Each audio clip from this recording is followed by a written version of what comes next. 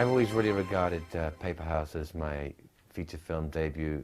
The two full-length films I made for the BBC before that were not films I developed. They were films that I made as a hired director, and I went on to those projects and was essentially learning, I think, to some degree. But Paperhouse was the first film that I really kind of conceived from the beginning, and was my project, and was my movie, and was the thing that I really wanted to do. So at the time, I was a music video director in London in the early 80s, and I was successful at it. I made videos for Frankie Goes to Hollywood. I did the notorious Relax video, and UB40, Roy Orbison. I was doing very well in that field. I wanted to make my feature debut, and Tim wanted to make his feature debut too. So, you know, Tim said, what do you want to do? What ideas do you have? What would you like to develop? And, you know, I'm sure he would have preferred it if I'd said, oh, I want to make a musical with Frankie Goes to Hollywood, or almost anything he would have liked me to have said. I said, well, there's this little book about this little girl who does drawings and has dreams. And nobody was really that keen about that. People thought, well, it seems a little strange, and is it a horror film, or is it a children's film, or what is it? Why are you doing that? Why don't you do something, you know, it's more pop orientated? You know, I was very young at the time. But I don't know, I just wanted to do this film. The film is based on a book called Maryann Dreams, by a woman called Catherine Storr, who is no longer with us. Catherine Storr, she was a child psychologist, and she was married to another child psychologist. She wrote the book from the position of having actually a pretty in-depth understanding of child psychology. That wasn't what appealed to me about the book. There was something so universal and eerie about this image of the house in the middle of this empty landscape. There was something about that that just struck a chord with me, you know, on some subconscious level. And, you know, I just had this desire to make the film. And I think, you know, one of the odd things that happened when we were auditioning children is, one of the things I would ask them to do when they were waiting to come in and see me is draw a picture of a house. And of all the hundreds of children that I remember seeing to try and find the little girl who played the lead role, they all would draw the same house. They would always draw a house with 4 windows and a door and a roof that stood on its own. And if you think about the houses in London, nobody lives in a house like that. But somehow when you ask a child to draw a house, that's the house that they draw, and it's like it's a house that exists inside everybody without anybody knowing it. I think it's to do with, and I'm jumping around, but it's just the way things are happening, it's to do with, I think, the way we perceive our own bodies. That in a sense, the house is a kind of metaphor for our body, in as much as the attic is like the brain, and the windows are like the eyes, the door is the mouth, and then, you know, the basement is the bowels or the genitalia, and, you know, and if you think about it, the house really corresponds to a body in a very kind of direct way, and I think it has some sort of relevance. My guess is it's written for, yeah, children, but slightly older children, probably aimed at like 9 to 11-year-old kind of children. I mean, it's probably aimed at the kind of kids that now would read Hunger Games. I mean, now, of course, kids read stuff that seems much harsher. But yes, it was definitely not an adult book. But when I read it, it had a sort of simple power to it that kind of completely transcended that. But I think it's also worth mentioning there are some significant differences between the screenplay and the novel. The whole kind of dynamic kind of terror and tension aspect of the father is not in the book. That was something that was added by Matthew and myself. And so I would say that the book and the script, they never really part company because they're very much in the same kind of vein. But a lot of those elements came out of Matthew and myself rather than out of the book. But Catherine Storr, who wrote the novel, she was alive then, and you know, she visited the set and saw the movie and liked it very much. I mean, she understood it was something that was slightly, you know, it was an adaptation, it wasn't a slavish adaptation. But I think she felt it captured the essence of what was in the book too.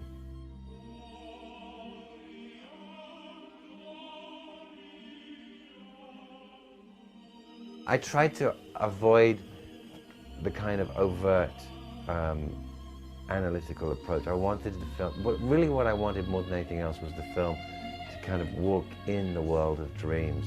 You know, you see it in Fellini, you see it in Bergman, you see it in Tarkovsky, you see it in Lynch, but very few filmmakers pull that off, that sense when you're watching a film that you really are experiencing a dream. And, you know, it's a tricky thing when you have a film that's half in reality and half a dream, because ultimately on screen, everything is a dream. The reality and the dream have the same weight. They're both stuff you photograph, and both are artificial. So I was very aware that in a weird way, the two surfaces are identical. And so I think one of the problems, certainly in the old-fashioned approach, would be to photographically differentiate between the dream and the reality. And I was very consciously didn't want to do that. I wanted the dream to be very crisp and very clear. If we made things fantastic, it was done through art direction, not through photography, really. Though one of the things that's interesting about the film is that a lot of the exteriors were shot on stages. I mean, I think the way that we did the film was unique to the period that it was made in. You would never do the film that way nowadays because of CGI. A lot of what we did would have been green screen, which, you know, gives a different look. It always gives a slightly more different planes and artificiality, but there's a different artificiality you get from a studio set. It's also part of its kind of unique kind of feel, I think, is that a lot of how we did things is absolutely how you could never persuade anybody to do it nowadays. Really, I have to say my biggest visual inspiration for the film was a film that Charles Laughton made called Night of the Hunter, which is one of my favorite movies. There's a sequence where the two children float down the river at night to escape from Robert Mitchum, who's sort of evil preacher. For me, that was very much the visual inspiration of the film, because you would see Robert Mitchum as just a little tiny figure on the landscape. Anna, is that you? It was all done in a very poetic, kind of slightly artificial way.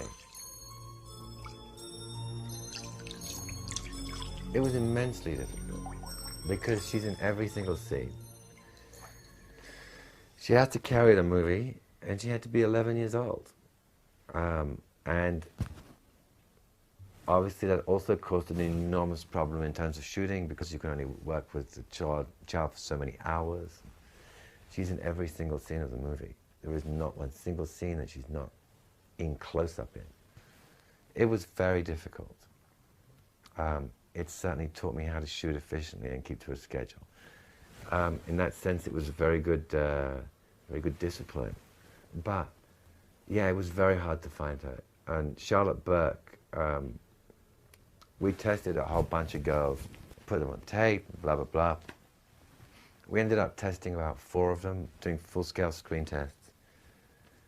And we looked at the tests, and really none of them, it was hard to actually say that you could be confident about making the film with any of these girls.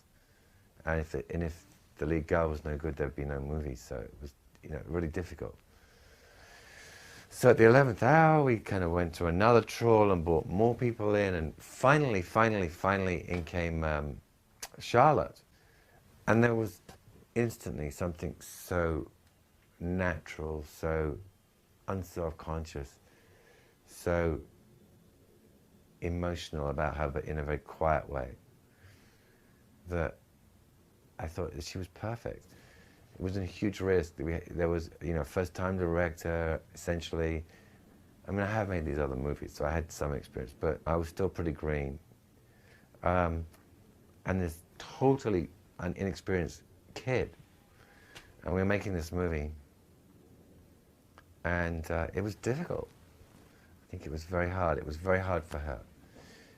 You know, it's exciting if you're 11 years old. I think she was actually older than that. That was part of it. She had to be older so she had to look younger and be older. I think she was 13. And play younger so that she could actually be in a different category of child labor laws, and so we could work more hours with her. Obviously, at the beginning, it seems very exciting to be cast in a movie, but then, you know, after 4 weeks, 5 weeks of it, every single morning, every single day, under all that pressure, it's like really hard work, and it's tiring, and it was stressful.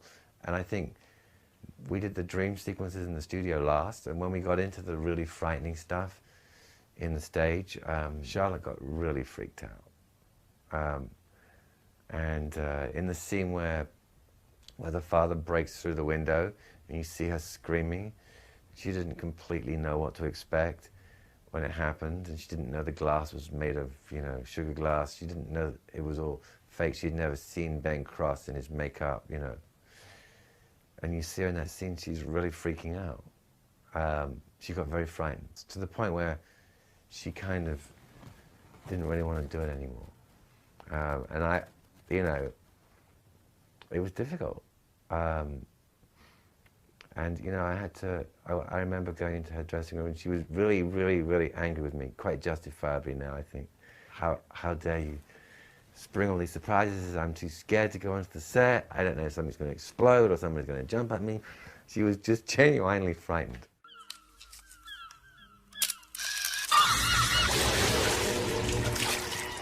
In one sense, you know, that was how you wanted her to be, because for the film. In another sense, you know, she was a kid. You know, she had no reason to be subjected to that stuff. And Charlotte, very interestingly enough, has never, ever appeared in another movie again, ever. And, you know, she was brilliant in it.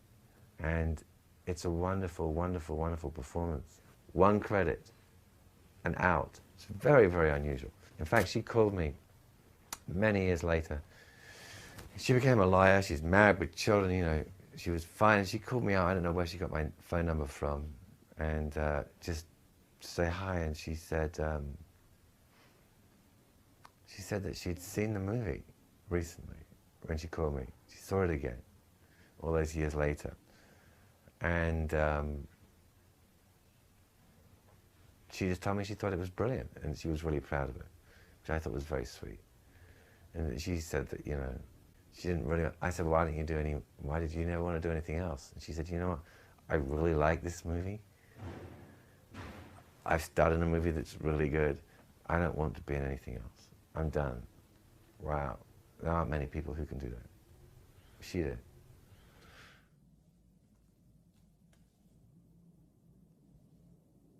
Elliot Spears, yes. Okay, well, this is a really, really sad story.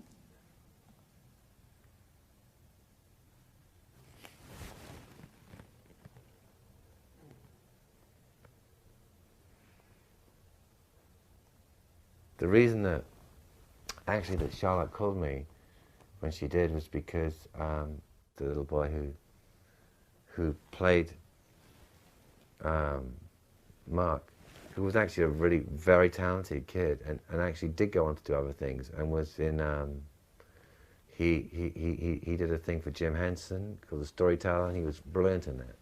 And he did some other things. He had a real career going, and he was somebody, I think, who wanted to be an actor, and I think he would have made it as an adult actor, but he had some problems when he became a teenager, and he committed suicide at the age of 17. He threw himself out of a window in a hospital in London. So, I mean, it's very, very tragic what happened to him. And obviously, in some degree, you know, you'll look at him in the film, and you see there's this real kind of sadness in him. They didn't like each other. They were very But that's the way kids that age are when they do like each other, so you never know. They did, I mean, they liked each other, but they weren't close or anything. They fought. It is odd that, you know, in a sense, the film kind of presages the tragedy that overtook Elliot, and I think that's very peculiar. It's odd sometimes how films can do that. I think definitely in terms of the commercial success or failure of the film, the fact that I never really kind of figured out who it was aimed at was fatal, and certainly distributors couldn't like say this is for children or this is a horror film, and that was always a problem for them. For me, it was just a film I wanted to see. Like Night of the Hunter. Is Night of the Hunter for children or for adults? You know, I think for me it's for adults, and it's for children who want to see it. I mean, children watch all kinds of dark stuff. And you know, I think that, you know, it was also it's a difficult one though, because it was very important that the lead girl was prepubescent and non-sexual, and that there was something very innocent about her, that you never felt that there was any kind of sexual element to her, really in any real sense, with her attraction to Marc. Even when they kiss, it's funny because it's so devoid of sexuality. There's a real purity to her. She's someone on the verge of puberty, but she's very, very, very demonstrably prepubescent. And that was very important to me in the film. So I'm sure that if I'd have made the film with a girl who was pubescent, and then, you know, you could imagine the film would have been very different, but that would have been probably more commercial, or I'm sure if they remake it, that's what they'll do. So I think that it does fall between two stools in that sense, but that's partly because the film is about coming of age. It's about a girl approaching puberty. It's about her leaving her childhood and becoming a woman, and she kind of does in the course of the film in a very kind of unstated way. You get this feel, this brush with death has kind of ended her childhood. The sadness in the film is about the end of childhood. It's an immensely, I mean, I don't know, funny enough, that was that Toy Story which captured that so perfectly in the Toy Story 3, and everybody who sat through it was bawling because when the kid has to give the toys away, everyone just like mourns themselves. And I think there's an element of that in Paperhouse. I always felt that, you know, in a sense, the third act had to be kind of a change of tone, and then you know, the film becomes kind of tragic and becomes sad, but also I think it's kind of healing as well. I think the whole point about the film is that she gets better, without giving too much away, I suppose. She's no longer sick at the end of the film, and that she kind of not exactly outgrows the experience, but she learns to sort of process it. And so I think that, you know, that there's a sort of kind of weird kind of grief and nostalgia to the end of the film. The third act of the film is certainly not the third act you would normally do to a horror film, which again is why the film became uncategorizable, because it does not have a horror third act at all, and it becomes romantic and kind of sad. So I don't know. There are all these things that now I look at it, and if I was looking at it now, I go, oh, I don't know if I should do that because it's a horror film. We should have a horror third act. And I think that's what's special about the film, though, is that it doesn't care about that stuff. It is what it is. And if you don't like it, it's too bad, you know?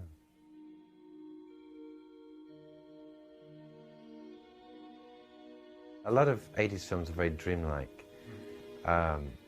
Even if they don't say their dreams, I think it's true. You know, every era has different parameters in terms of making film, and some of them are nothing to do with artistic choices. One of the things that happened in the 1980s was that VHS became the big money spinner. And especially with a company like the company I was making the film for, Vestron, the cash flow was coming from videos. You could sell these videos for $100 a go to like the video rental store. I mean, this was a bonanza. And these video rental stores were just hungry. They would just click off a list. Yeah, I'll have this 50 videos. And they just order them. They just wouldn't care. They would order them in bulk. They just needed stuff on their shelves. So it was a great time to make a film like this, especially if you could have some sort of little genre appeal or something. It was like the money was there just from that to make a film. But, and it's a very interesting but, the VHS as the end product imposed certain restrictions on what and how you shot. Because VHS is an incredibly crude format. It has almost no, it barely registers the color black at all. Unless things are very flat and colorful, it looks just almost unwatchable, because black just becomes noise. So, you know, the companies who were making these things really didn't want things that looked dark. I mean, visually dark. So they wanted you to light things quite flat. So it was kind of an interesting challenge when you're making a film like this, that you couldn't have it too dark, because it had to end up on VHS. And whether you liked it or not, that was driving the market. So I think a lot of those films, if you look at the lighting in them now, by modern standards, it's staggeringly flat. Because nowadays, that's not the standard anymore. Nowadays, televisions register the color black. It's not a problem anymore. A lot of people have cited the film as an influence. Guillermo del Toro said it was an influence on Pan's Labyrinth. Peter Jackson said it was an influence on The Lovely Bones. But the film itself is very eccentric and very uncompromising and very uncommercial in a really profound way. So no one ever really copied it. So I think, you know, to me, like I said, its real cousin is Night of the Hunter, which is what I was going for. So I think anyone who's copying Paperhouse is really trying to copy Night of the Hunter.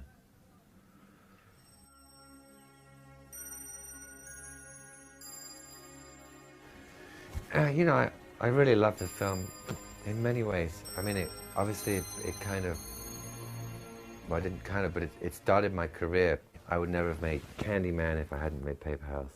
You know, Clive Barker saw Paperhouse and really liked it, and he gave me the rights to the short story that became Candyman, so I developed that and made it into a screenplay. And so in that sense, it absolutely really started my career as a director. And you know, it was a film that was made, you know, purely from a need to make the film. It wasn't made to make money or because I thought it would be a success or because I thought of this. It was just a film I wanted to make. And those films are always the really special ones. And you know, there are things about it I look at and I think, well, they're old-fashioned or they're lame or they're this or they're that. But in the whole, I think the film has an integrity and it has a kind of completeness that's lasted. And you know, obviously I'm very proud of that. The film premiered at the Toronto Film Festival in 1988, and I remember Roger Ebert was at the screening, and he came out of the screening, and I didn't know who he was. I didn't grow up in America. He came out of the screening and gave me 2 thumbs up, and I'm like, who's this guy giving me 2 thumbs up? You know, it got people really liked it when it first appeared, and I got some nice reviews, won some prizes, and you know, the agents called me from LA, and I ended up going to Los Angeles. So yeah, I mean, it was a very exciting time. I was 28 years old, 27 when I made the film, 28 when it came out. I was very young, and it was a life-changing experience. So you know, I do remember all that. I remember all the excitement of that and what happened.